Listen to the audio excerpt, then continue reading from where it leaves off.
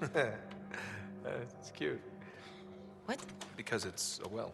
So. Hello ladies and gentlemen and everyone beyond, I am BabyNoobCakes and this is PlayStation Plus free game reviews. And on this episode, we're going to be taking a look at one of the January 2020 free games, Uncharted, the Nathan Drake collection.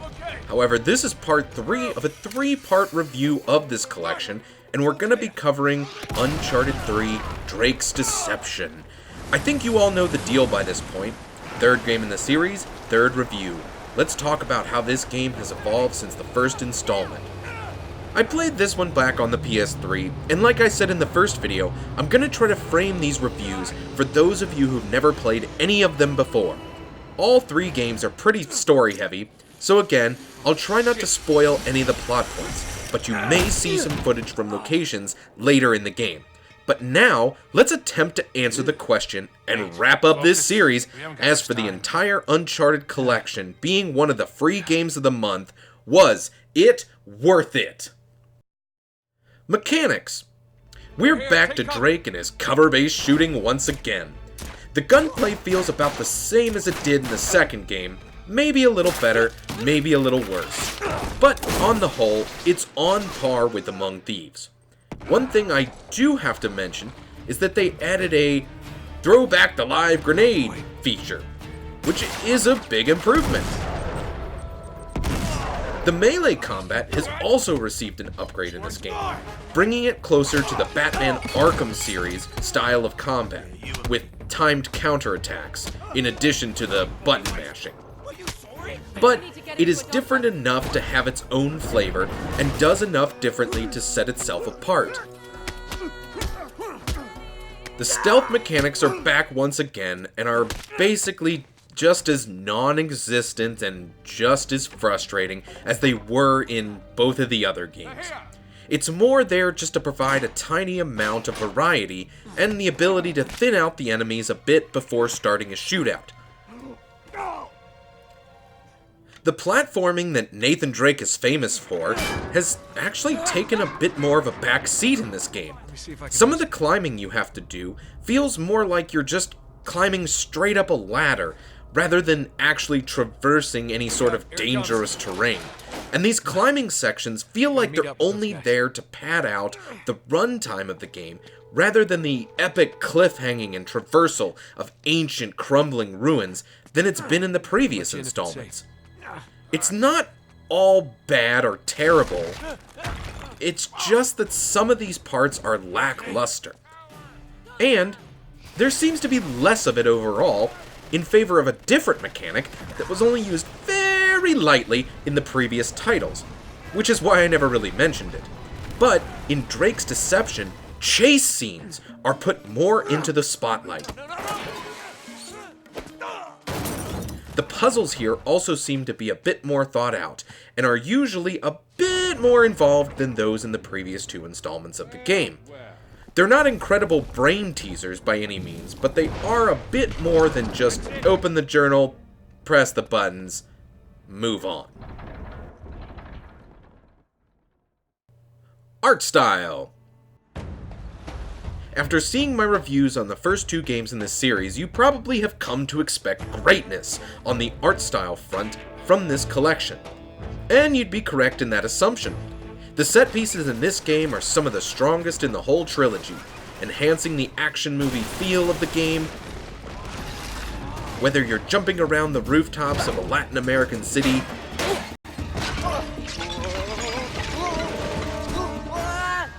a medieval manor, ancient dungeons, in the belly of a sinking ship,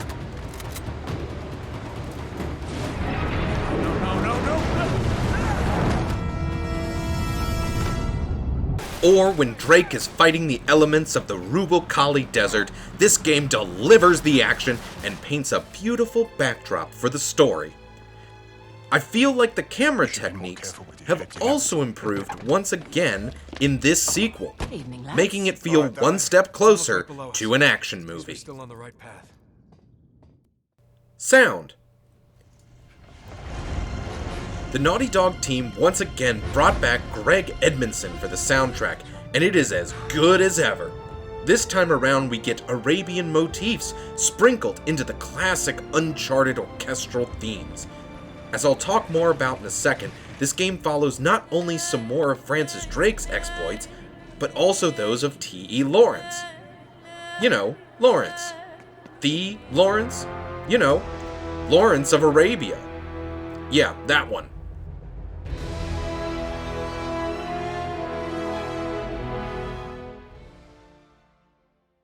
Replayability.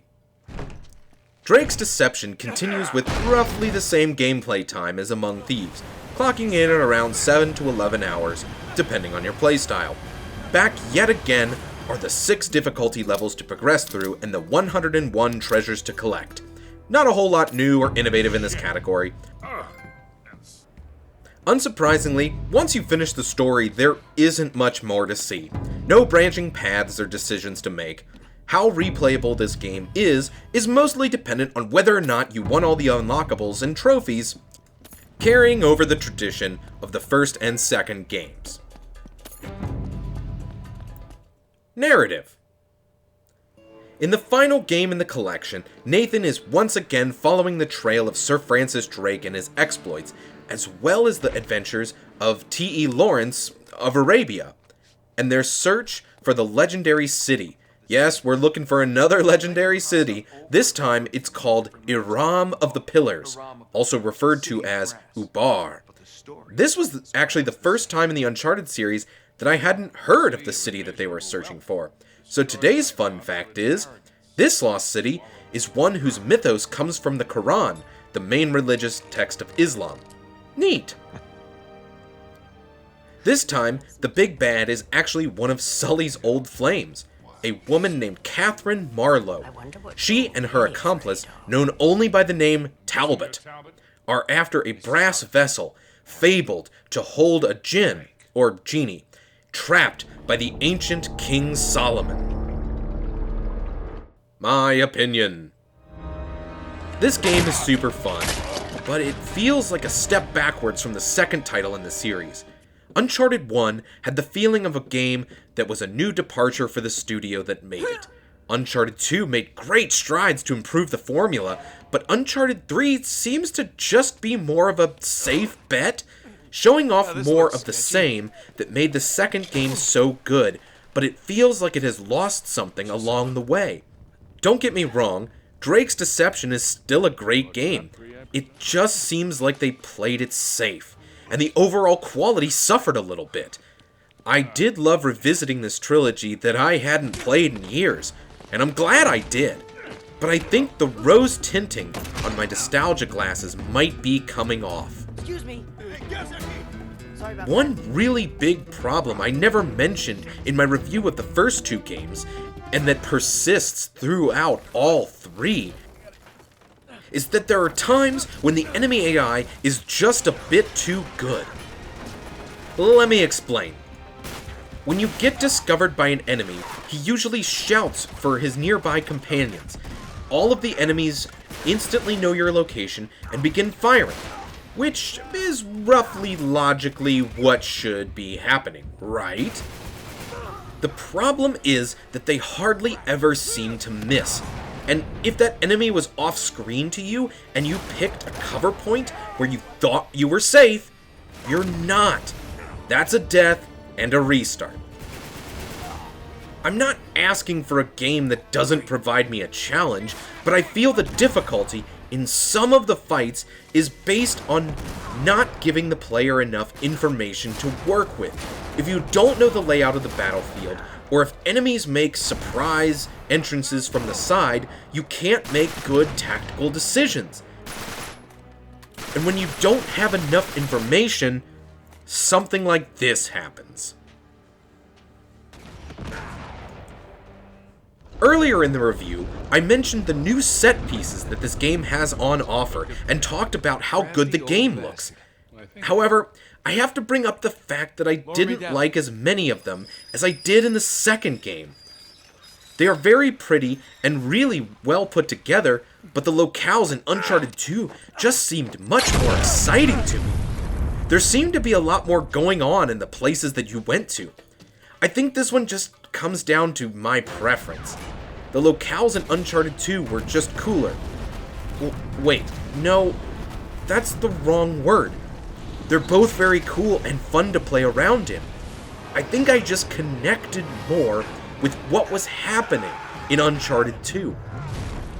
Also, the combat troubles that I've talked about multiple times really shines through in this third installment in the series, and the gameplay can really slow to a crawl near the end of the game due to a load of bullet sponge enemies. Was it worth it? Some games don't age as well as others, and I hate to say it, but the Uncharted series is starting to show its age a little bit. But don't let that stop you from playing them. Please, if you have not played these games yet, take the time. They aren't too long, aren't too much of a time investment, and they really do give you a good return for your effort. And hey, this is 3 great games you get all bundled into one. So, if you're looking for a game, or 3, to take up a few days of your time, or if you're into action movies, especially Indiana Jones, National Treasure, or even The Mummy, these games will be right up your alley. Even for those of you not interested in third-person shooters, who would rather just experience the story and bypass all of the frustrations that I've mentioned. There is an Explorer difficulty. So, my final verdict on Uncharted: The Nathan Drake Collection is that it was definitely worth it. Try these games. They are a blast to play, even with all their faults. I know what you mean. Also, don't forget to go on to the PlayStation Store and download your free games every month. Because hey, it's free, and sometimes you will end up with a few gems. Thank you for watching. If you liked the video, please comment and subscribe. And I'll catch you later.